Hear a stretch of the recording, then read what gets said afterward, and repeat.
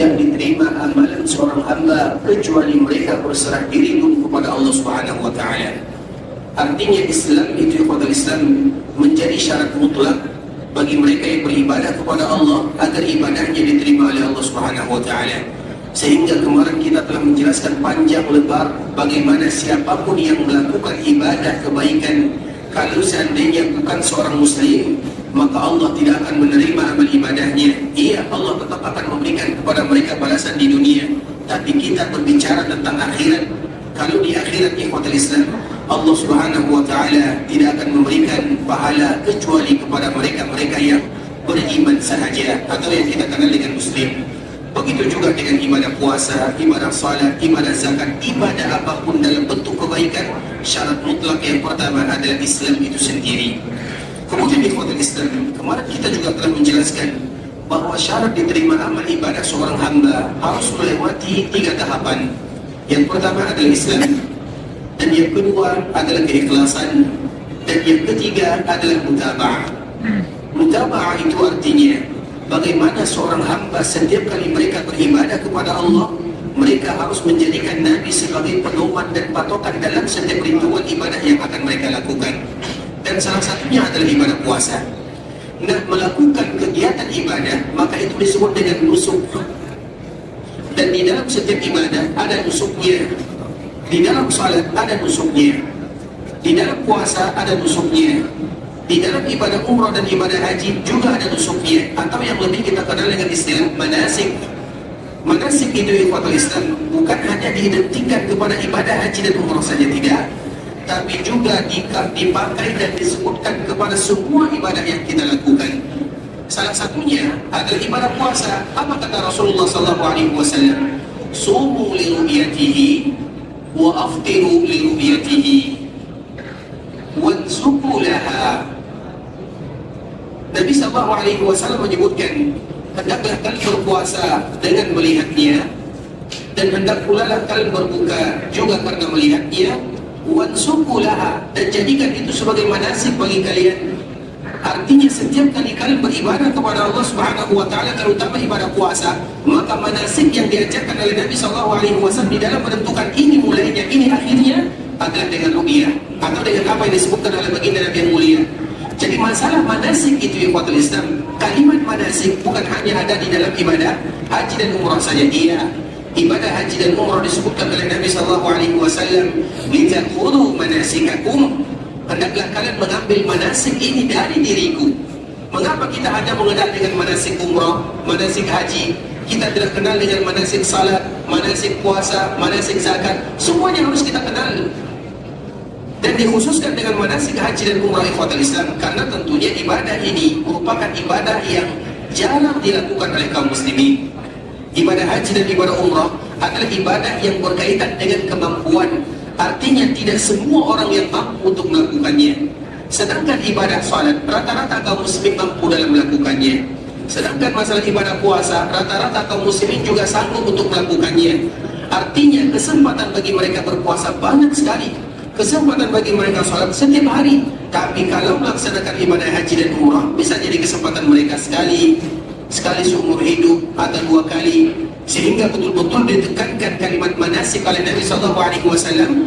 Dengan jelas Nabi mengatakan, "Litakhudu manasikakum", hendaklah kalian menjadikan itu sebagai manasik. Nah, yang ingin kita sampaikan di ikhwatul Islam pada pembahasan kali ini, manasik itu artinya adalah tata cara kita beribadah kepada Allah. Manasik umrah disebut dengan manasik, bagaimana cara kita melakukan ibadah umrah. Puasa juga disebutkan manasik puasa, disebutkan bagaimana tata cara kita berpuasa. Artinya di dalam setiap ibadah yang kita lakukan ada tata caranya, ada ritual yang telah diajarkan dalam agama. Dan contoh kita satu-satunya adalah Nabi Muhammad bin Abdullah sallallahu alaihi wasallam, dan itulah yang kita kenal dengan istilah mutaba'ah. Mutaba'ah itu artinya, ikhwatul Islam, ketika kita beribadah kepada Allah, dan ini merupakan syarat yang ketiga. Syarat yang pertama agar ibadah kita diterima, yang pertama adalah Islam, Muslim. Yang kedua, setiap mereka yang melakukan ibadah wajib ikhlas karena Allah. Dan yang ketiga, setiap kali kita beribadah harus ada mutaba'ahnya. Artinya harus kita jadikan Nabi sebagai pedoman bagi kita bersama. Kalau seandainya tidak kita jadikan Nabi sebagai pedoman di dalam beribadah, maka bagaimana ibadah kita bisa diterima oleh Allah Subhanahu wa taala? Dan kemarin kita telah menjelaskan ikhwatul Islam, setiap kaum muslimin yang beribadah kepada Allah belum tentu ibadah mereka langsung serta merta diterima oleh Allah Subhanahu wa taala. Jadi jangan ada di antara kita yang berani mengatakan saya beribadah dan saya jamin bahwa ibadah yang aku lakukan diterima oleh Allah. Saya melakukan kebaikan, saya jamin kalau kebaikan ini pasti diterima oleh Allah Subhanahu wa taala. Kalimat-kalimat seperti ini, kalimat yang harus dijauhkan dari lisan kita bersama. Karena masalah jaminan itu hanya dikembalikan kepada Rabbul Izzati wal Jalalah. Dan kita membacakan firman Allah Subhanahu wa taala kepada Islam, yang mana Allah perintahkan Nabi untuk membacakan kepada kaum muslimin dan menceritakan kepada kita bersama. Allah Subhanahu wa taala menyebutkan, "Watlu 'alaihim naba'a bani Adam bil haqqi idh qarraba qurbana fatuqabbala min ahadihima wa lam yataqabbal min al-akhar qala la aqtulannak qala innama yataqabbalu Allahu minal muttaqin." Di dalam ayat ini Allah memerintahkan Nabi. Apa perintah Allah kepada Nabi? Wahai Muhammad, watlu 'alaihim, sampaikan kepada umatmu, bacakan kepada mereka, ceritakan kepada mereka semuanya. Seolah-olah Nabi SAW bertanya kepada Allah, ya Allah, apa yang akan aku ceritakan kepada umatku? Maka Nabi mengatakan, naba abnai Adam, ceritakan kepada umatmu tentang kisah dua orang anak Adam, terlepas daripada namanya. Karena nama itu ikhwatul Islam, karena yang terpenting itu adalah makna dan hikmah yang ada di dalamnya. Sehingga para ulama dikala mereka berbeda atas namanya itu perkara biasa. Tapi apa kisahnya? Kisahnya, watlu 'alaihim naba abnai Adam, sampaikan kepada mereka kisah tentang dua orang anak Adam. Apa yang mereka lakukan? Ini anak Adam. Bahkan sebagian para ulama menyebutkan anak Adam yang pertama, atau artinya yang pertama anak Adam alaihissalam. Karena Adam dikala Allah Subhanahu wa taala turunkan ke bumi, kemudian berjumpa dengan ibunda kita Hawa, maka mereka diberikan keturunan oleh Allah Subhanahu wa taala. Setiap kali melahirkan, maka melahirkan dalam keadaan berpasangan, artinya kembar, laki dan perempuan. Begitu seterusnya. Kemudian Allah memerintahkan kepada mereka untuk menikah bukan dengan yang satu rahim, artinya bukan yang lahir dalam keadaan berpasang-pasangan, tapi diselang-seling untuk melahirkan keturunan. Kemudian di kota Islam ada sedikit masalah di sana. Kemudian untuk menyelesaikan masalah, Allah perintahkan kepada keduanya. Kemudian Allah perintahkan Nabi untuk menceritakannya kepada kita.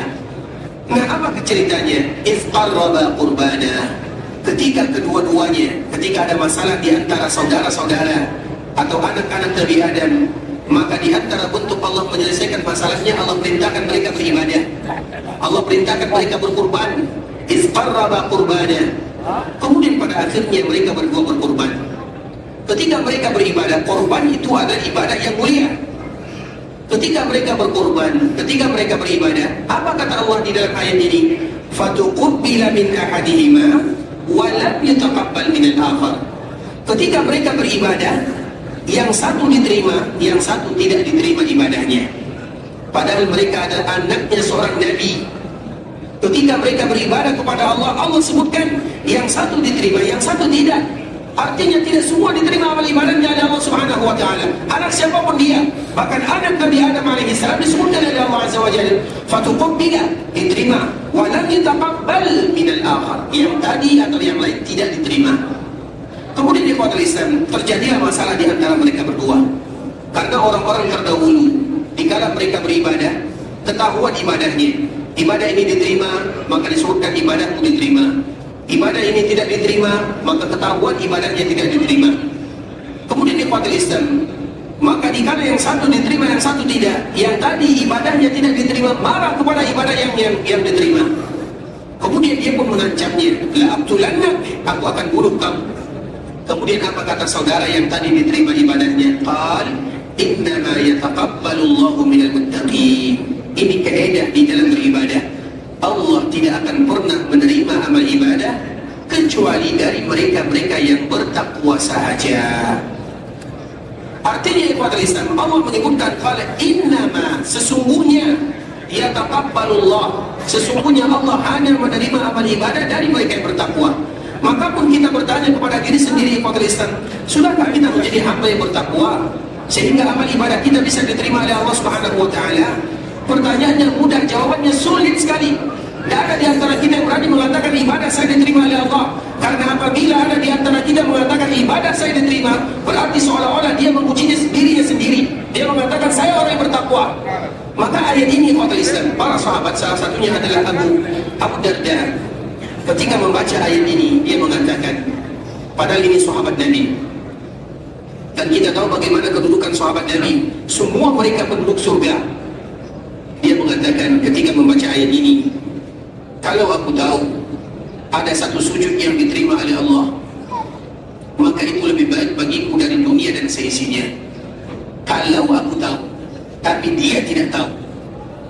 Artinya ikhwatul Islam, begitulah sahabat Nabi radhiyallahu taala anhum. Tidak ada di antara mereka yang berani mengatakan bahwa ibadah yang mereka lakukan pasti diterima. Kalau sahabat saya tidak berani mengatakan yang demikian, apakah orang-orang atau generasi-generasi berikutnya berani mengatakan kalau ibadahnya diterima? Makanya ikhwatul Islam, di antara bentuk amal ibadah diterima, tadi jenjang yang tadi telah kita sebutkan, Islam tentunya, ikhlas yang kedua, dan yang ketiga adalah mutaba'ah. Mutaba'ah itu artinya adalah bagaimana dalam setiap kita beribadah kita bertanya, bagaimana ibadah ini diajarkan oleh baginda Nabi Sallallahu Alaihi Wasallam. Misalnya kita salat, bagaimana sih tata cara salat yang diajarkan oleh Nabi? Misalnya kita puasa, bagaimana tata cara ibadah puasa Nabi? Misalnya kita melaksanakan ibadah haji dan umrah, bagaimana Nabi Sallallahu Alaihi Wasallam melakukan ibadah haji dan umrah? Kalau kita sudah mulai bertanya bagaimana, maka kita akan mencari. Ketika kita mencari, maka disitulah pintu-pintu kemudahan dalam beribadah dibukakan oleh Allah Subhanahu wa taala. Dan seorang muslim, mereka tidak boleh hanya bergantung kepada orang lain, terutama di zaman sekarang yang diberikan kemudahan ikhwatul Islam. Seandainya kita ingin mencari bagaimana Nabi salat, maka semuanya muncul hadis-hadisnya. Nabi salat seperti ini, Nabi salat seperti ini. Dan memahami agama itu ikhwatul Islam, iya, ada agama yang sulit untuk dipahami, terutama yang berat. Ada agama yang mudah untuk dipahami, dan rata-rata tata cara beragama, terutama rukun Islam, itu adalah sesuatu yang paling mudah bagi kita untuk memahaminya. Mengapa demikian? Karena dibutuhkan oleh semua kaum muslimin. Tidak mungkin sesuatu yang dibutuhkan oleh kaum muslimin dipersulit oleh Allah Subhanahu wa taala kita mendapatkannya. Makanya yang paling mudah itu adalah yang pertama ada tauhid. Ucapkan kalimat la ilaha illallah Muhammadur Rasulullah, selesai. Tidak perlu kita berbelok ke sana ke sini. La ilaha illallah Muhammadur Rasulullah. Karena itu yang paling dibutuhkan oleh kaum muslimin. Kemudian apa lagi yang dibutuhkan kaum muslimin? Tata cara salat. Maka salat itu adalah ibadah yang paling mudah. Hadis-hadis yang berkaitan dengan salat, kalau ada kaum muslimin yang tidak pernah belajar, kemudian mereka membacanya, maka mereka langsung tahu maknanya. Saking mudahnya. Karena itu dibutuhkan kaum muslimin. Begitu juga dengan puasa, mudah sekali puasa. Begitu juga dengan zakat, mudah. Begitu juga dengan umrah, mudah. Kenapa? Karena ini rukun agama, rukun Islam. Iya, mungkin ada sebagian agama misalnya, atau sebagian masalah mawaris, warisan, masalah misalnya wakaf, atau masalah-masalah yang lain, itu tidak bisa kita pahami secara sendiri. Harus ada ulama yang menjelaskan. Iya, tapi kalau rukun Islam secara garis besar, itu mudah sekali bagi kita untuk memahaminya. Kenapa demikian? Karena Allah menurunkan agama bukan untuk menyusahkan hambanya, tapi memudahkan bagi mereka beribadah kepada Allah Subhanahu wa taala. Sehingga di dalam kita beribadah ikhwatul Islam, maka kita ingin menjadikan Nabi sebagai suri tauladan. Agar apa tujuannya? Agar ibadah yang kita lakukan bisa dan mudah diterima oleh Allah Subhanahu wa taala. Dan contoh ikhwatul Islam, tentunya dengan contoh mudah bagi kita memahami. Dan contoh ini selalu kami sampaikan dan semoga memberikan manfaat. Kita berikan dua contoh. Yang pertama tentang masalah salat. Masalah salat ini ikhwatul Islam pernah terjadi di zaman Nabi. Jadi Nabi suatu ketika dia duduk di dalam Masjid Nabawi. Tiba-tiba ada salah seorang sahabat yang datang ke Masjid Nabawi ingin bertemu dengan Nabi. Dan kita dianjurkan kalau kita punya janji, kita berjanji bersama saudara di mana jumpanya di dalam masjid. Kemudian kalau kita masuk masjid, apa yang pertama kali harus kita lakukan? Apakah kita sholat dulu atau kita bertemu dengan kawan dulu? Biasanya apa yang harus kita lakukan? Sholat dulu, atau misalnya kita berjanji nanti di mana kita jumpa di dalam masjid. kemudian di rak nomor berapa, karena biasanya janji itu ada raknya atau pintunya. Misalnya kita berjanji, kemudian kita pun akhirnya menemui saudara kita ini, apa yang pertama kali kita lakukan? Salat dulu atau bersua dulu? Salat dulu atau bersua dulu? Salat dulu, bersua dulu. Yang mana yang betul? Yang betul adalah dahulukan kewajiban atau haknya Allah Azza wa Jalla. Haknya Allah adalah salat. Artinya kalau nanti ada di antara kita yang berjanji atau ingin berjumpa di dalam masjid, dahulukan hak Allah. Hak Allah itu adalah masjid, dan masjid itu hak Allah adalah kita tidak boleh duduk sampai kita salat dulu 2 rakaat, kemudian baru kita berjanji bertemu, bersua dan berjumpa. Kemudian dia kata Islam, sahabat ini dikala dia ingin bertemu dengan Nabi, dia masuk masjid, maka dia salat dulu, dan Nabi menyaksikan dia sedang salat. Kemudian dia kata Islam, ketika dia sedang selesai salat, maka dia kembali kepada Nabi, ingin bertemu dengan Nabi. Maka dia pun mengucapkan salam, Assalamualaikum. Nabi menjawabnya, Waalaikumsalam warahmatullah. Kemudian dikala orang ini ingin duduk dan ingin mulai berbicara, apa kata Nabi? Nabi yang mengawali pembicaraannya, irji' fasalli fa innaka lam tusalli. Nabi mengatakan, kembalilah kamu, berdiri, salat lagi, karena kamu belum salat. Orang ini sudah salat atau belum? Sahabat ini sudah salat atau belum? Ya. Tapi Nabi mengatakan belum salat. Apa maknanya? Berarti salat yang tadi dia lakukan tidak sempurna. Kalau tidak sempurna, maka bisa jadi tidak sah dan tidak diterima oleh Allah. Padahal orang ini salat di depan Nabi, Nabi menyaksikannya. Namun Nabi mengatakan, irji' fasalli fa innaka lam tusalli. Ulang, berdiri, bangkit lagi, salat, karena tadi kamu belum salat. Padahal dia salat di depan Nabi SAW. Itu sahabat Nabi radhiyallahu ta'ala anhu. Artinya ikhwatul Islam, itu di depan Nabi. Maka sahabat ini kembali berdiri salat, Allahu Akbar. Kemudian selesai salat, dia kembali lagi kepada Nabi, mengucapkan salam. Kemudian ingin berbicara. Sebelum dia berbicara, Nabi kembali mengucapkan kalimat yang sama, irji' fasalli fa innaka lam tusalli. Sudah 2 kali. Padahal sudah 2 kali dia salat, 2 kali pula Nabi mengatakan, kembalilah, ulang salatmu karena tadi kamu belum salat. Padahal dia sudah salat di depan Nabi. Kemudian dia kata Islam, maka dia pun akhirnya salat. Kemudian dia salat yang ketiga kalinya. Kemudian dia kembali menghadap Nabi. Nabi masih mengucapkan kata-kata yang sama, irji' fasalli fa innaka lam tusalli. Kembali ulang salatmu karena kamu belum salat. Jadi ikhwatul Islam, orang salat pun harus kita bahas. Orang salat kita bahas, orang yang tidak salat kita juga bahas. Jadi tidak boleh bagi kita mengatakan, Ustaz, tidak usah kita membahas orang salat. Yang dibahas itu orang yang tidak salat, bagaimana supaya mereka salat? Tidak. Orang yang salat pun harus dibahas supaya salatnya betul-betul diterima oleh Allah Azza wa Jalla. Makanya sahabat Nabi, 3 kali Nabi mengulangnya, irji' fasalli fa innaka lam tusalli. Ulang lagi salatnya, kembali lagi berdiri, salat karena kamu tidak salat. Apa maknanya? Artinya 3 kali salat ini tidak diterima atau tidak dihitung sebagai salat yang sempurna. Kemudian di kota Islam, sahabat ini sudah 3 kali. Kemudian dia pun bertanya kepada Nabi, bisa jadi dia baru saja masuk Islam, atau bisa jadi dia belum memahami makna salat secara utuh, ataupun alasan-alasan yang lainnya. Karena para sahabat itu tentu ada tingkatannya juga. Ada sahabat mereka sebagai ulama, ada sahabat sebagai manusia biasa, ada sahabat sebagai seorang awam. Artinya dia tetap namanya sebagai sahabat. Tapi kalau masalah agama, karena bisa jadi dia jauh dari Nabi, atau bisa jadi dia tinggal di luar Madinah, namun mereka tetap sebagai sahabat, disebut dengan sahabat. Kemudian di kota Islam, akhirnya dia pun datang kepada Nabi, ya Rasulullah, aku tidak bisa lagi melakukan salat lebih daripada ini. Maka di sana Nabi ajarkan, kalau kamu salat seperti ini, 1 langkah, atau langkah pertama, langkah kedua diajarkan, terkenalah dengan istilah rukun salat, wajib salat, dan yang semisalnya. Artinya ikhwatul Islam, begitulah cara Nabi. Begitu juga dengan kita. Makanya Abdullah bin Mas'ud mengatakan, kalian akan menemukan orang, mereka sudah salat 60 tahun lamanya, tapi tidak satu pun ibadah salat mereka diterima oleh Allah Subhanahu wa taala. Begitu juga perkataan Abu Hurairah, kalian akan jumpakan orang yang salatnya 40 tahun. 40 tahun itu bukan waktu yang singkat di kota Islam, tapi tidak ada ibadah salatnya diterima oleh Allah. Bukan dia tidak salat, tapi tidak ada nilai salatnya. Maka itulah makna hadis Nabi SAW, ada di antara kalian yang salat, maka dia hanya mendapatkan pahala separuhnya saja. Ada yang 1/4, ada yang 1/3, bahkan ada yang 0 pahalanya. Bahkan ada orang yang berdosa dosa di dalam sholatnya. Padahal beribadah, tapi mereka mendapatkan dosa. Artinya ibadahnya tidak diterima oleh Allah Subhanahu wa Ta'ala. Itu contoh yang pertama. Agar kita tahu bagaimana mutaba'ah itu penting sekali. Bagaimana kita beribadah, harus betul-betul kita melatih diri bagaimana tata cara ibadah yang diajarkan oleh Nabi Sallallahu Alaihi Wasallam. Contoh yang kedua, ikhwatul Islam, contoh manasik yang kita lakukan, dan ini contoh yang mungkin mudah bagi kita membayangkannya. Contoh terjadi kepada Muawiyah, ikhwatul Islam, Muawiyah dan Abdullah bin Abbas radhiyallahu taala anhuma. Muawiyah adalah salah seorang sahabat katibul wahyi yang menulis wahyu di zaman Nabi, dan dia adalah seorang pemimpin. Kemudian dia pergi melaksanakan ibadah haji.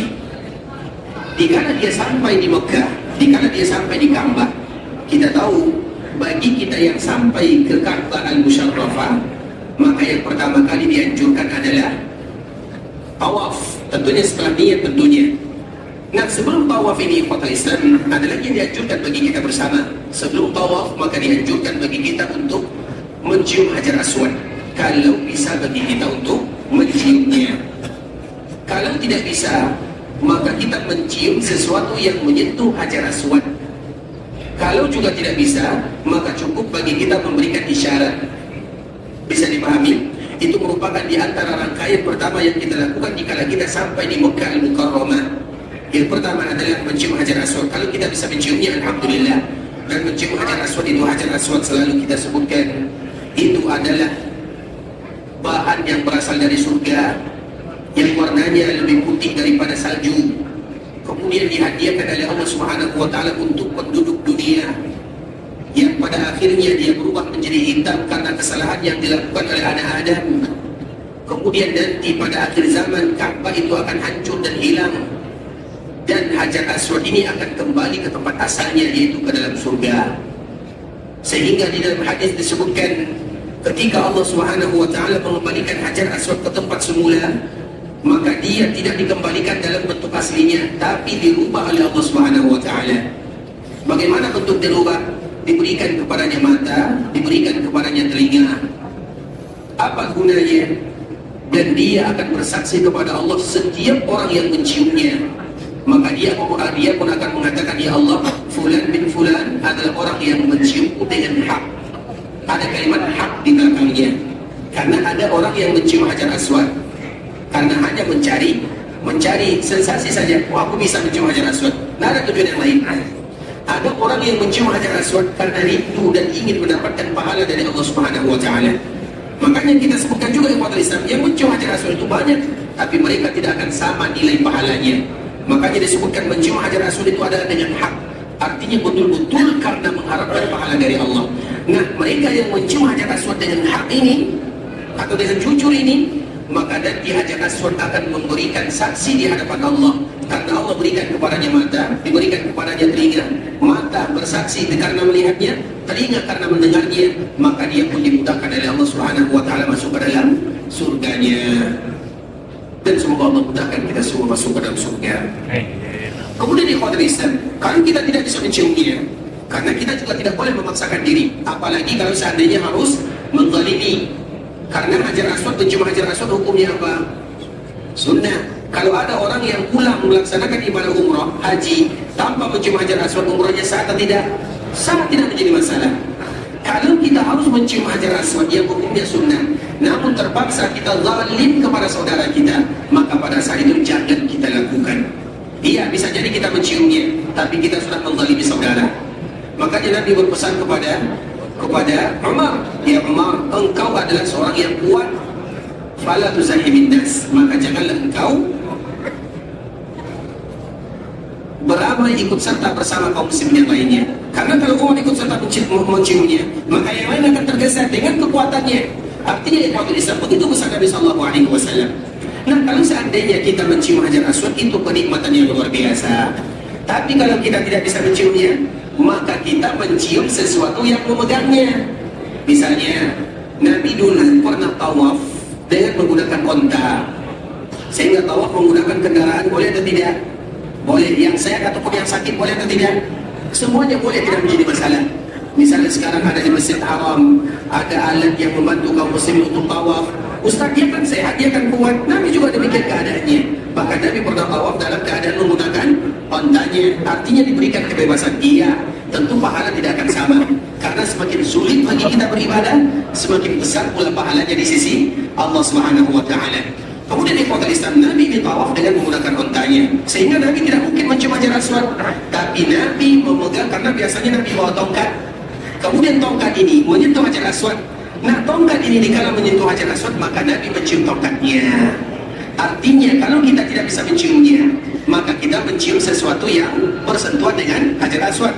Misalnya contoh, kita ingin mencium Hajar Aswad, kemudian kita tidak bisa, tapi kita bisa memegangnya. Maka tangan kita bisa memegangnya, yang kanan atau yang kiri. Kemudian kita bisa memegangnya, maka tangan kita ini kita cium. Bisa dipahami? Tapi ingat, pastikan yang dipegang itu Hajar Aswad, bukan kepala kawan. Ya, ingat itu baik-baik. Artinya ikhwatul Islam, kalau kita memegangnya, dicium tangan yang tadi memegangnya. Disitulah kaidah mencium. Kalau kita juga tidak bisa, baru alternatif yang terakhir, yaitu dengan memberikan isyarat. Nah, dikala kita memberikan isyarat, kita mencium tangan atau tidak? Nah, itu masalahnya, cium atau tidak? Cium. Kalau tangan kita bersentuhan dengan Hajar Aswad. Tapi kalau tidak bersentuhan dengan Hajar Aswad, maka dengan memberikan isyarat. Bisa dipahami? Bismillahirrahmanirrahim. Itulah rangkaian pertama yang kita lakukan. Nah, begitu juga dengan Muawiyah. Kita kembalikan kepada Muawiyah dan Abdullah bin Abbas. Mereka berdua ini ikhwatul Islam. Muawiyah dia sibuk dengan kepemimpinan. Kata dia adalah seorang pemimpin. 40 tahun lamanya dia memimpin kaum muslimin yang ada di Syam. 20 tahun menjadi amirnya, 20 tahun lagi menjadi Amirul Mukminin, 20 tahun sebelumnya menjadi gubernurnya. Kemudian sedangkan Abdullah bin Abbas adalah ulama dari kalangan sahabat. Walaupun mereka sama-sama sahabat, tapi ada di antara mereka yang betul-betul fokus dengan agama. Salah satunya adalah Abdullah bin Abbas, yang mana Nabi sendiri mendoakan dirinya, Allahumma faqihhu fid din wa 'allimhu ta'wil. Ya Allah, ajarkan kepadanya kefakihan tentang agama. Artinya Abdullah bin Abbas orang yang paling fakih, lebih fakih dari semuanya. Makanya ahli fikih yang sesungguhnya adalah Abdullah bin Abbas radhiyallahu ta'ala anhu. Sehingga kalau ada pendapat dari Abdullah bin Abbas, sudah berarti dialah ahli fikih yang sebenarnya. Tak usah lagi kita mencari perkataan yang lain, bukan tidak usah, tapi itu adalah pendapat yang paling kuat. Kenapa? Ada rekom dari Nabi SAW. Begitu juga, yang satu dia ahli fikih, yang dua dia ahli tafsir. Karena dua ilmu ini, dua ilmu yang paling penting. Wa'allimhu ta'wil, ajarkan kepadanya ta'wil. Ta'wil itu kalau disebut dengan ta'wil, artinya tafsir. Sebagaimana Imam At-Tabari, seorang imam ahli mufassirin, imam al-mufassirin. Kalau ada ahli tafsir, maka semuanya harus merujuk kepada At-Tabari. Maka Imam At-Tabari ini senantiasa mengatakan wa ta'wilu hadhil ayat. Ta'wil ayat ini artinya tafsirnya. Jadi kalimat ta'wil itu tidak diketahui maknanya kecuali dengan tafsir. Dan begitu juga doa Nabi kepada Abdullah bin Abbas. Artinya apabila kita mendapatkan istinbat hukum dari Abdullah bin Abbas, cukup bagi kita untuk berpegang kepadanya. Kalau kita mendapatkan istinbat hukum tafsir dari Abdullah bin Abbas, cukup bagi kita berpegang kepadanya, karena dia mendapatkan rekomendasi dari baginda Nabi yang mulia Muhammad bin Abdullah sallallahu alaihi wasallam. Artinya dia seorang ulama dari kalangan sahabat. Kemudian ikhwatul Islam, pas kebetulan mereka berdua sedang beribadah, sedang melakukan tawaf. Nah, Muawiyah, dikala dia tawaf, dia melakukan yang tadi kita sebutkan. Dia memegang Hajar Aswad, dia menciumnya, kemudian dia mulai tawaf. Kemudian dikala dia melangkah tawaf ikhwatul Islam, karena dia adalah seorang pemimpin, maka dia tentu tawafnya dekat dengan Ka'bah Musyarrafah. Terutama di zaman dahulu, orang yang tawaf itu tidak banyak. Kemudian ikhwatul Islam, dikala dia tawaf, setelah dia mencium Hajar Aswad dan memegangnya, maka dia sampai di rukun yang berikutnya. Karena Ka'bah itu ada 4 rukunnya. Rukun Yamani disebut dengan Yamani karena dia berada di kanannya Hajar Aswad, maka disebut dengan Yamani, atau dia sejajar dengan daerah Yaman. Itu dua alasannya. Hajar Aswad, rukun Iraqi, rukun Syami. Rukun Syami, Iraqi dan Syami ada 4 rukun, maka itu disebut dengan rukun yang ada di Ka'bah. Kemudian di ikhwatul Islam, dikala dia selesai dari rukun Hajar Aswad, maka dia pergi ke depannya, yaitu rukun yang berikutnya. Sebagaimana dia memegang Hajar Aswad, dia pun memegang rukun yang ada di depannya. Kemudian dia pun berputar lagi sampai ke rukun yang berikutnya, dia pun memegangnya. Kemudian setelahnya sampai ke rukun Yamani, dia pun memegangnya. Dan itulah yang dia lakukan. Yang dia lakukan ini benar atau salah? Benar atau salah? Benar atau salah? Hati-hati bilang salah Muawiyah ya. Ini sahabat ini. Benar atau salah? Siapa bilang salah angkat tangan? Kamu jawab. Silakan. Betul nih, berani lawan Muawiyah. Baik, kenapa?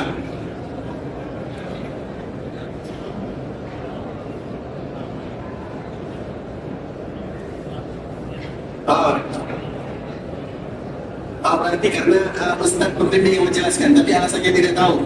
Berarti belum diterima ya. Baik. Yang lain. Benar atau salah?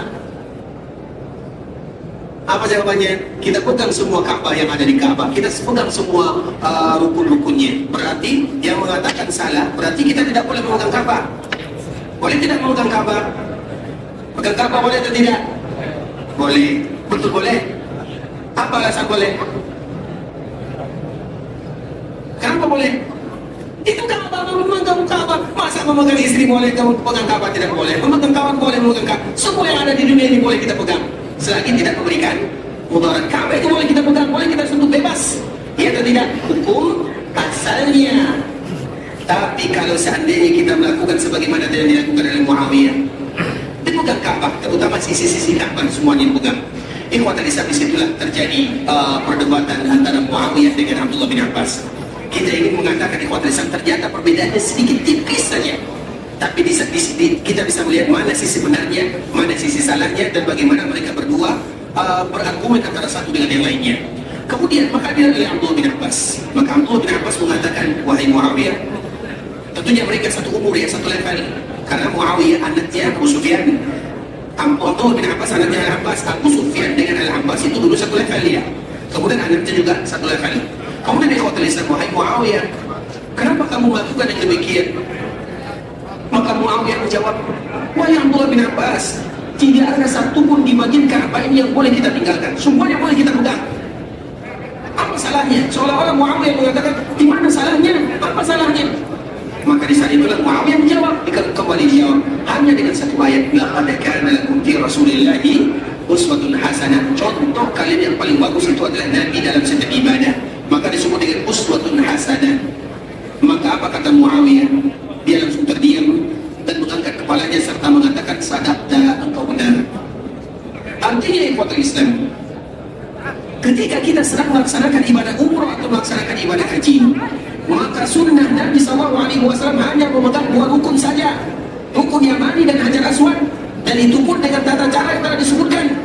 Sedangkan rukun yang lainnya, kalau kita memegangnya karena anggapan itu adalah bagian daripada ibadah haji dan umrah, maka tidak boleh bagi kita melakukannya. Tapi kalau seandainya kita memegangnya karena penasaran, maka itu lain cerita. Biasanya kita memegangnya karena apa? Karena yang kedua kan, penasaran bagaimana bentuk Ka'bah. Artinya ya Pak Islam, Muawiyah tidak mungkin dia penasaran, dia berasal dari sana. Dia lahirnya di Mekah Mukarramah. Bukankah ayahnya adalah Abu Sufyan? Bukankah Abu Sufyan itu dia yang memegang Ka'bah Musyarrafah? Dia bertanggung jawab. Tentunya dia tahu, tidak mungkin dia penasaran. Berarti dia melakukan ini karena menganggap itu bagian daripada ibadah. Maka dia memegang semua rukunnya. Dijawab atau dikoreksi oleh Abdullah bin Abbas. Apa kata Abdullah bin Abbas? Wahai Muawiyah, kenapa kamu melakukan yang demikian? Muawiyah menjawab dengan jawaban yang biasa dilakukan oleh kaum muslimin. Apa salahnya? Di mana salahnya? Tak ada salahnya, itu kan baik. Itu kalau bahasa kitanya. Di mana salahnya? Maka jawabannya, laqad kana lakum fi Rasulillahi uswatun hasanah. Kalau seandainya itu baik, kenapa Nabi tidak melakukan yang demikian? Artinya kalau dilakukan Nabi, maka kita yang pertama kali berburu semua rukun yang ada di Ka'bah Musyarrafah. Tapi Nabi hanya menganjurkan dua rukun saja. Artinya ada kemuliaan khusus dan tidak dianjurkan kepada rukun yang lainnya. Padahal perbedaannya tipis sekali ikhwatul Islam. Begitu juga contoh yang ketiga. Tadi kita hanya menyebutkan dua contoh ya. Sekarang kita menyebutkan contoh yang ketiga. Misalnya ada orang yang berihram, terutama dari penduduk Madinah. Kita tahu semuanya orang yang berasal dari Madinah, miqatnya adalah di Dzul Hulaifah atau yang kita kenal dengan Bir Ali.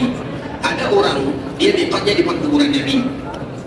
Mana yang lebih mulia, tempat perkuburan Nabi atau miqat Dzul Hulaifah? Mana yang lebih mulia? Mana yang lebih mulia? Nabi. Yang lebih mulia tempat perkuburan Nabi atau tempat Dzul Hulaifah? Dzul Hulaifah itu tanah haram atau tidak? Tanah haram atau tidak?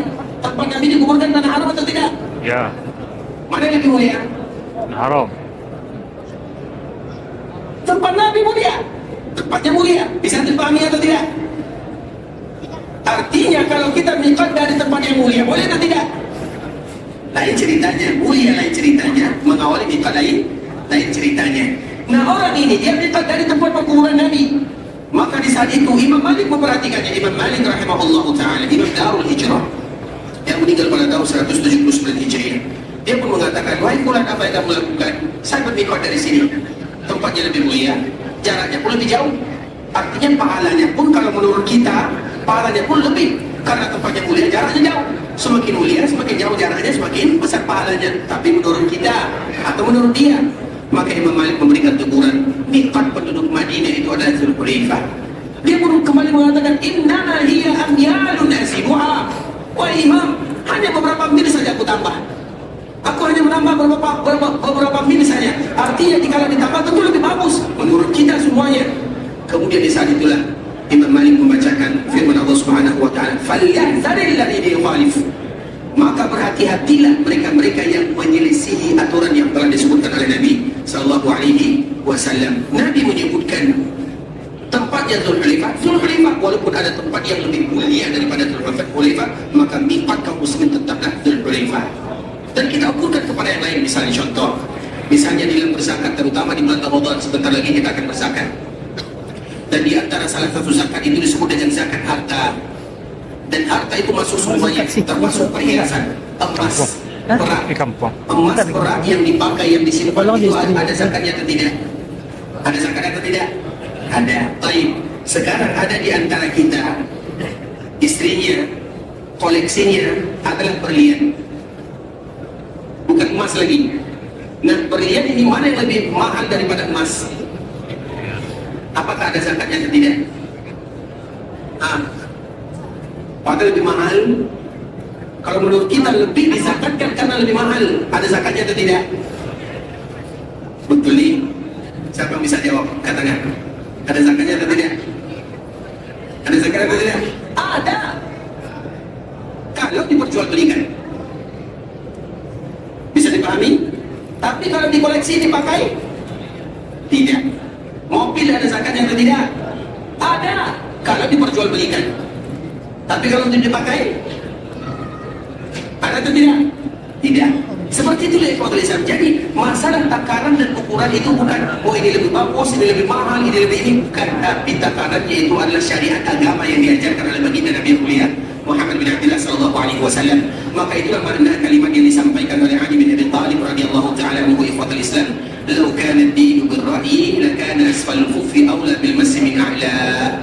Di antara salah satu sunnah yang dianjurkan bagi kaum muslimin untuk melakukannya, baik mereka yang safar ataupun mereka yang mukim, terutama bagi kita yang safar, salah satunya adalah boleh bagi kita tidak membuka kaos kaki yang tebal atau sepatu. Makanya kalau ada orang yang salat dengan menggunakan sepatu, boleh atau tidak? Orang yang salat dengan menggunakan kaos kaki yang tebal, boleh atau tidak? Berapa lama dia boleh memakainya? 3 hari bagi yang safar, 1 hari 1 malam bagi mereka yang mukim. Artinya boleh. Nah, dikala kita berwuduk, tentu ada syaratnya. Dikala kita berwuduk, kita cuci muka, kita memakai sepatu nih, atau memakai kaos tebal, kita cuci muka, tentu setelah berniat ya, muka, tangan, kepala, kemudian kaki. Bagaimana cara kita membasuhnya? Diusap yang mana? Seperti ini diusapnya, misalnya ini kaki kita, kemudian diusap 1 kali saja, selesai. Kemudian apa kata Ali bin Abi Thalib? "Lau kana dinu bir-ra'yi", kalau agama itu menurut kita, menurut perasaan kita, maka yang paling pantas diusap yang makin atas atau yang makin bawah? Bawah. Kenapa yang bawah? Karena itu yang kotor. Itu menurut kita, tapi menurut agama tidak. Menurut agama yang diusap adalah bagian atas. Artinya itulah makna daripada kalimat mutaba'ah. Mutaba'ah itu ikhwatul Islam, bagaimana kita beragama. Agama tidak pernah bertentangan dengan perasaan. Agama juga tidak pernah bertentangan dengan akal manusia. Tapi agama tidak bisa diakal-akali, atau juga agama tidak bisa dibawa semuanya ke dalam perasaan-perasaan. Bisa dipahami? Artinya standar supaya kita beragama itu apa? Kepada apa yang diajarkan oleh baginda Nabi yang mulia, yang disampaikan oleh para ulama, dan itulah yang disebut dengan mutaba'ah. Nah, mutaba'ah ini ikhwatul Islam adalah salah satu syarat ibadah diterima. Jadi syarat diterima, syaratnya yang pertama tentunya keimanan, yang kedua keikhlasan, dan yang ketiga adalah mutaba'ah. apabila salah satunya hilang maka tidaklah diterima amal ibadah seseorang, dan semoga amal ibadah kita semuanya diterima oleh Allah Subhanahu wa taala. Kemudian di fadhil Islam itu adalah bagian pertama daripada orang yang melaksanakan ibadah puasa. Tentunya seorang muslim bukan hanya puasa saja, artinya semua ibadah harus ada syarat tersebut, dan juga ada 3 syarat yang tadi telah kita sebutkan. Kemudian yang kedua, fadhil Islam, kita akan kembali melanjutkan. Yang kedua yang dianjurkan bagi mereka yang berpuasa itu adalah mereka yang sudah balik, atau mereka yang sudah tidak kecil atau yang sudah balik. Dan kita tahu ikhwatul Islam, balik, kalimat balik itu adalah pemisah. Maka kalimat balik ini harus kita ketahui bersama, karena balik itu ukuran terakhir adalah umur, itu ukuran terakhir. Tapi ukuran pertama tergantung kepada orang masing-masing, terutama di zaman sekarang ini ikhwatul Islam, sudah banyak anak-anak kita yang balik umurnya 9 tahun. Sudah banyak yang balik umurnya 10 tahun, apalagi anak-anak perempuan yang cepat baliknya. Kadang mereka baru kelas SD, kelas 2 SD, tapi mereka sudah balik. Karena ukurannya apa? Ukurannya adalah dia datang bulannya. Sedangkan yang laki-laki, ukuran baliknya adalah dengan dia bermimpi atau tumbuh rambut di sekitar kemaluannya, maka itu adalah tanda balik. Kalau tanda-tanda ini tidak ada, maka baru dijadikan standarnya sebagai umur, dijadikan sebagai standar, artinya dijadikan umurnya 15. Kalau tidak ada tanda-tanda seperti ini dan dia sudah berumur 15, maka tetap terhitung sebagai orang yang balik. Makanya Nabi SAW menyebutkan rufi'al qalam an thalatha, 'anil na'im hatta yastayqiz, wa 'anil saghir hatta yakbur, wa 'anil majnun hatta yufiq. Sesungguhnya qalam itu diangkat. Qalam itu artinya tidak dicatat. Artinya apabila ada di antara mereka yang tidak beribadah, maka tidak akan diberikan dosa.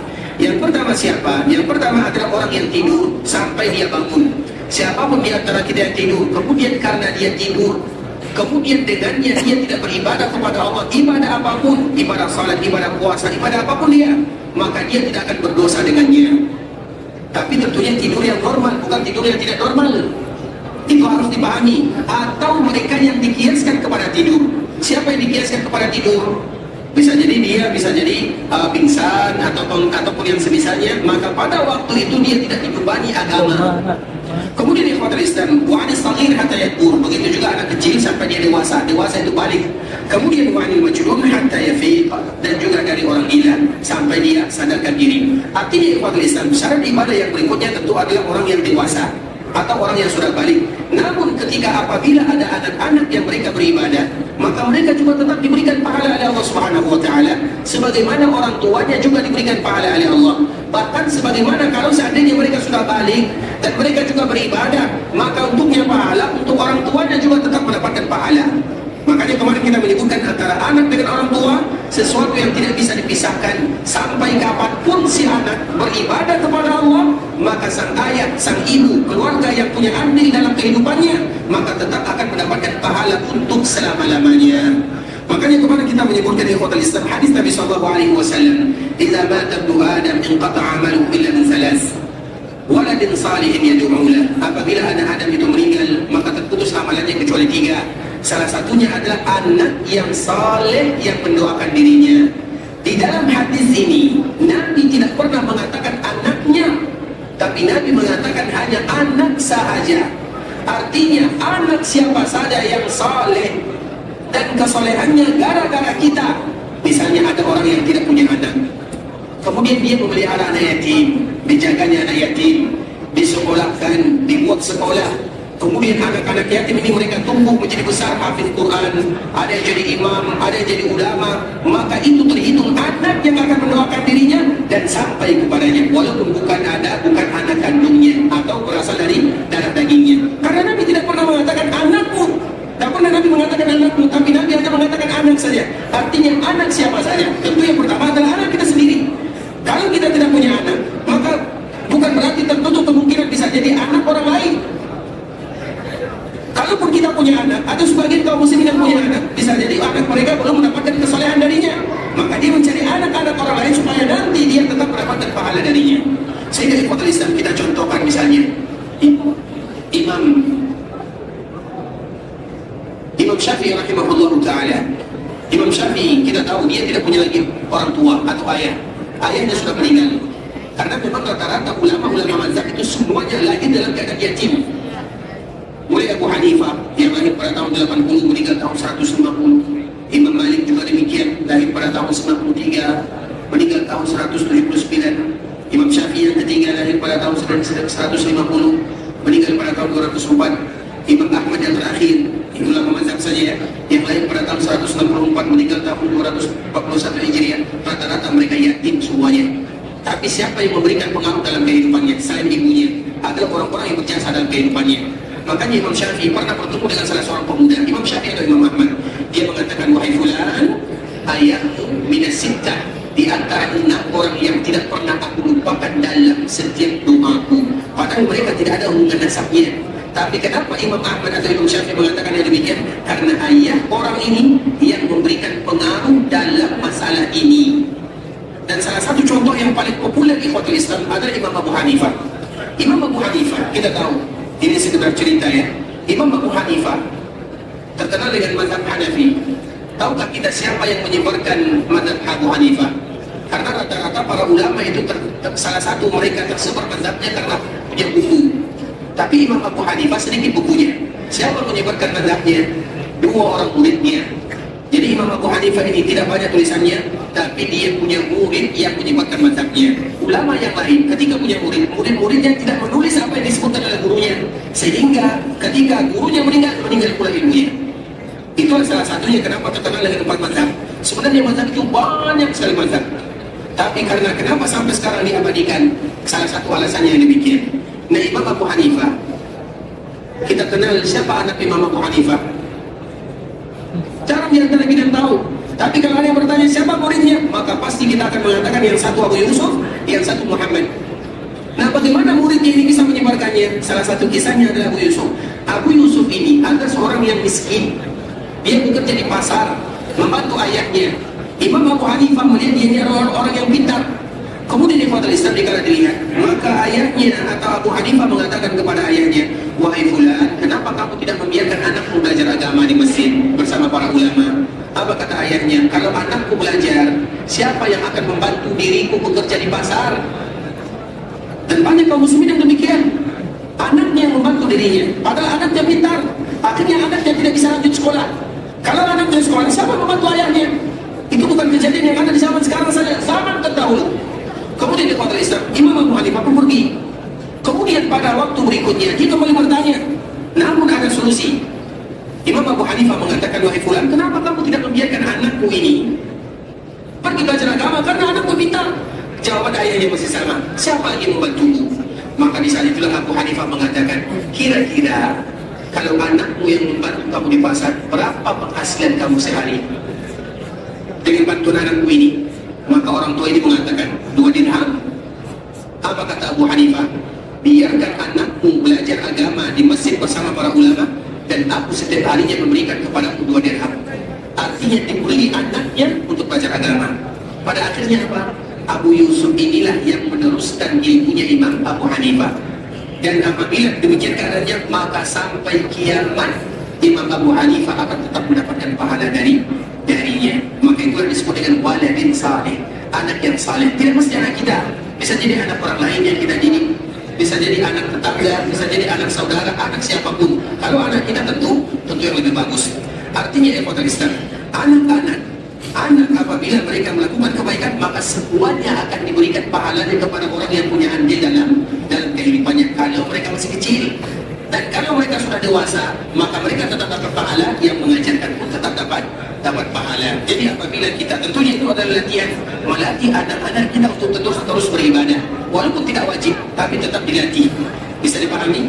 Puasakah dia, zakatkah dia, atau ibadah yang lainnya. Dan itu merupakan di antara keutamaan syariat agama, bagaimana memberikan semangat dan motivasi kepada kita bersama agar melahirkan generasi-generasi yang diridai oleh Allah Subhanahu wa taala. Ikhwatul Islam, saudara kaum muslimin, para tetamu Allah rahimani wa rahimakumullah. Sampai di sini pembahasan yang bisa kita jelaskan. Insyaallah besok kita akan kembali menyambung pembahasan kita. Semoga memberikan manfaat kepada kita bersama.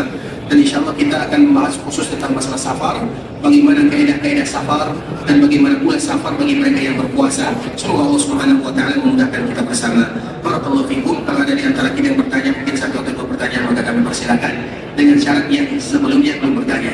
Baik. Siapa pertama kali yang ini pertama ya? Silakan. Amin wa iyyakum. Amin wa iyyakum.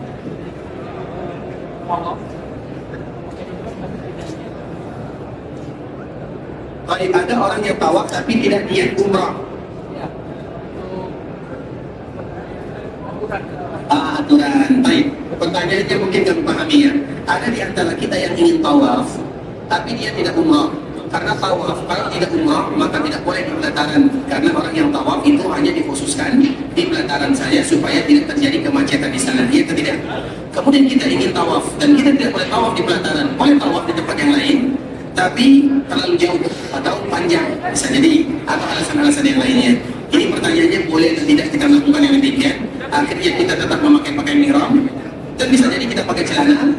Bisa jadi dan rata-rata seperti itu kan. Tujuannya supaya kita bisa masuk saja. Ini boleh atau tidak? Nah, boleh atau tidak? Hati-hati menjawab ya. Boleh atau tidak? Mudah saja jawabannya. Tawaf yang kita lakukan itu apa hukumnya? Apa hukumnya? Sudah pasti sunat hukumnya. Tapi jujur apa hukumnya? Jujur apa hukumnya? Wajib atau sunat? Kalau sunat ya kita semuanya berdusta. Jujur, terutama jujur kepada diri sendiri yang pertama tentunya. Kemudian kepada Allah tentunya, kepada agama dan kepada pemerintah. Nah pertanyaannya, pemerintah membolehkan atau tidak? Ya kalau tidak membolehkan mau gimana lagi dah? Usahakan kan ingin tawaf, semua kita ingin tawaf, semua sama dengan orang ke Raudhah ikut Islam. Raudhah siapa yang tidak ingin ke Raudhah? Raudhah itu disebut dengan Raudhah itu min riyadil jannah. Taman di antara taman-taman surga, pahalanya luar biasa. Kenapa disebut dengan taman di antara taman-taman surga? Karena para ulama mengatakan siapapun yang beribadah di Raudhah, di taman surga, di taman-taman surga tersebut, maka seolah-olah dengan ibadah yang mereka lakukan bisa mengantarkan mereka ke surga yang sesungguhnya. Karena Raudhah itu sama dengan Hajar Aswad sistemnya. Ada yang menyebutkan dia berasal dari surga dan akan kembali ke surga. Artinya apabila kita beribadah di dalamnya, seolah-olah kita beribadah di dalam taman-taman surga, dan bisa jadi nanti diangkat dan kita ada di dalamnya. Jadi besar sekali. Tapi kita tidak ada surat izinnya. Ini dia. Kita legal atau ilegal misalnya, tidak ada surat izinnya. Boleh atau tidak? Boleh atau tidak? Boleh dia mengatakan masuk. Boleh atau tidak? Ini mohon maaf ya. Tapi terpaksa kita menjelaskan apa hukumnya. Bagaimanapun hukumnya adalah wajib atau mandub. Sunnah, bagaimanapun hukumnya adalah sunnah, tapi taat kepada peraturan hukumnya wajib. Itu jawaban asalnya, artinya jawaban secara hukum asal. Begitu juga dengan tawaf, memang berat di kota Islam. Kami mohon maaf ya, tapi terpaksa kami jawab. Bagi kita yang sudah tawaf, kemudian dia ingin kembali tawaf dan tidak bisa tawaf kecuali dengan memakai pakaian ihram, kalaupun dia tetap ingin tawaf, kalaupun ini cara terakhir, silakan dia ambil lipat. Kemudian umrah dari awal, betul-betul dia melaksanakan ibadah umrah. Jangan hanya dia masuk, hanya ingin tawaf saja. Bahkan hanya ingin berduduk bersantai-santai di sana saja. Kita menyelisih undang-undang yang ada di suatu negara. Kita di sini beribadah, bukan untuk berdusta atau untuk melakukan hal-hal yang bisa mendatangkan keburukan Allah. Kita ingat, ketika kita beribadah, ibadah kita diterima oleh Allah atau tidak? Belum pasti. Tapi jika kita melakukan kesalahan atau dosa, kita diberikan dosa atau tidak? Diberikan dosa. Dosa pasti, pahala belum pasti. Mana yang kita inginkan? Berat ya? Berat jawabannya ya? Tapi mau gimana lagi? Kami mau menjawab apa? Menjawab boleh? Kami berdosa. Artinya yang kuat Islam itu memang sesuatu yang salah. Tapi apabila ada orang yang tetap melakukannya, itu dikembalikan kepadanya. Bisa jadi ada niat yang lain dalam dirinya. Bisa jadi ada hajat untuk dirinya. Bisa jadi itu ada doanya. Kita tidak tahu. Kita hanya menjawab secara umum saja. Tapi apabila ada orang yang tetap melakukannya, itu dikembalikan kepada dirinya. Artinya bukan berarti setiap yang melakukannya bisa jadi dia berdosa. Bisa jadi ada keadaan-keadaan tertentu yang menyebabkan dia demikian. Bisa dipahami atau tidak? Tapi kita hanya membahas hukum secara zahir. Sedangkan orangnya, apabila ada fulan bin fulan dia melakukan seperti itu, Ustaz, kemudian dia berdosa atau tidak, kita tidak bisa mengatakan yang demikian. Bisa jadi ada alasan tertentu, bisa jadi ada makna-makna yang ada di dalam dirinya yang kita tidak tahu. Yang kita tahu tentang manusia hanya zahir-zahir saja. Hatinya kita tidak pernah mengetahui. Bisa dipahami ya? Baik, yang lain silakan. Salam.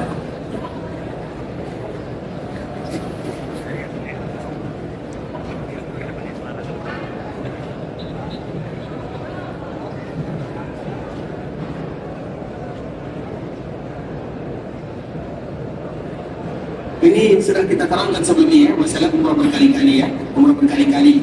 Makanya kita kembali mengulang ikhwatul Islam, bagi kita yang ada kemampuan secara finansial, secara fisik, maka pulanglah kemudian kembali menabung. Karena itu lebih berkah bagi diri kita, bagi harta kita. Karena ingat ikhwatul Islam, orang yang melakukan ibadah umrah kemudian dia umrah lagi, ada dua bonus dari Allah kepada dirinya. Yang pertama, dosanya akan diampunkan, dan yang kedua, dihilangkan kefakiran dari dirinya. Menurut kita, kalau kita umrah, sering berumrah 30 juta, 30 juta, umrah itu kan 30 juta, belum lagi oleh-olehnya 50 juta, ya kan? Artinya banyak sekali keperluannya. Tapi ingat di kota Islam, ingat hadis Nabi SAW, janji Nabi, orang yang melaksanakan ibadah umrah kemudian diikuti dengan umrah yang berikutnya, maka akan hilang darinya yang pertama dosa, yang kedua fakir. Artinya tidak akan pernah fakir orang yang beribadah umrah. Itu dia. Itu janji dari Nabi. Artinya seolah-olah Nabi menginginkan kita untuk umrah berkali-kali. Dan tentunya tidak sama orang yang umrah pergi umrah pulang 30 juta lagi, 30 juta lagi, dengan orang yang umrah 10 real dari Tan'im atau dari Jimbaran. Sama atau tidak? Sama atau tidak? Ya. Sama umrah. Tapi pahalanya tentu berbeda. Artinya ikhwatul Islam, kita tidak menyalahkan. Tapi ingat, bagi kita yang masih kuat fisiknya, ada harta sedikit titipan dari Allah Subhanahu wa Ta'ala.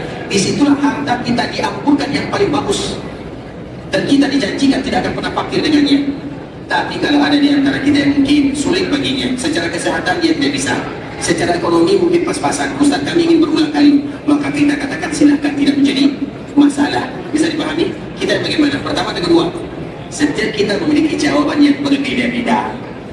Bisa paham atau tidak?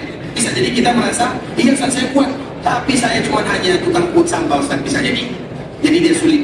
Ada orang yang sudah tua, iya Ustaz tua, tapi kesininya pakai jet pribadi. Kita tidak tahu. Setiap kita itu berbeda antara satu dengan yang lainnya. Tapi hukum asalnya memang satu kali perjalanan, satu ibadah, sehingga nanti kita selalu bisa, kerinduan kita itu bisa selalu. Makanya banyak orang yang Masya Allah, dia berniat 1 kali setahun, paling tidak 1 kali setahun, bukan kaya, tapi karena keinginannya, kemudian dia pun menabung, memang diberikan keberkahan oleh Allah Subhanahu wa Ta'ala dalam kehidupannya, diberikan keberkahan dalam keluarganya, dan dia tidak pernah miskin dengannya. Banyak saudara-saudara kita yang melakukan demikian. Artinya ikhwatul Islam, kalau kita masih kuat masalah fisik dan ada sedikit bisa untuk ditabung, tapi kalau tidak, maka itu dikembalikan kepada dirinya. Itu jawaban secara singkat. Barakallahu fikum. Baik. Yang tua ya, yang tua. Sama, silakan. Zakat emas, ya.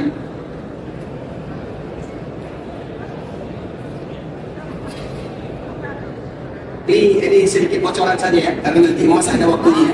Biasanya zakat itu biasanya akhir Ramadan kan. Ada mampu yang baik. Zakat emas itu yang biasanya dipakai yang perempuan atau yang disimpan, kedua-duanya. Semuanya masuk, semuanya. Makanya kalau emas, kalau disimpan juga ada zakatnya. Kalau dipakai apalagi tentunya. Artinya semuanya masuk, dan itu adalah bagian daripada harta.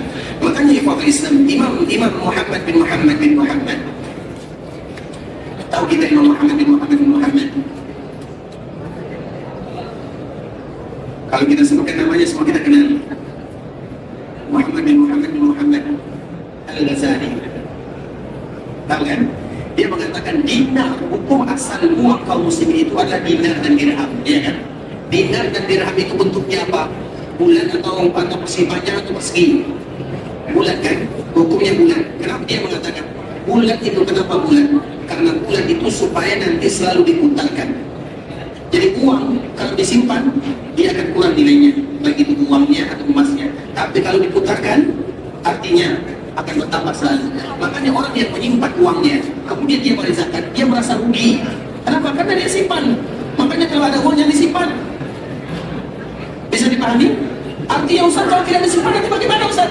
Diputarkan. Bisa jadi kita cari kawan bisnis, kamu putarkan sedikit, akhirnya kita tidak merasa rugi. Maka orang yang berzakat itu dikala disimpan hartanya, maka dia merasa rugi karena kurang terus.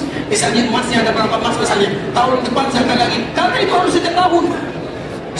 Tapi coba diputarkan, rata-rata dagang itu mungkin untung, rata-rata iya mungkin ada ruginya, ada untungnya, tapi yang dimana untungnya?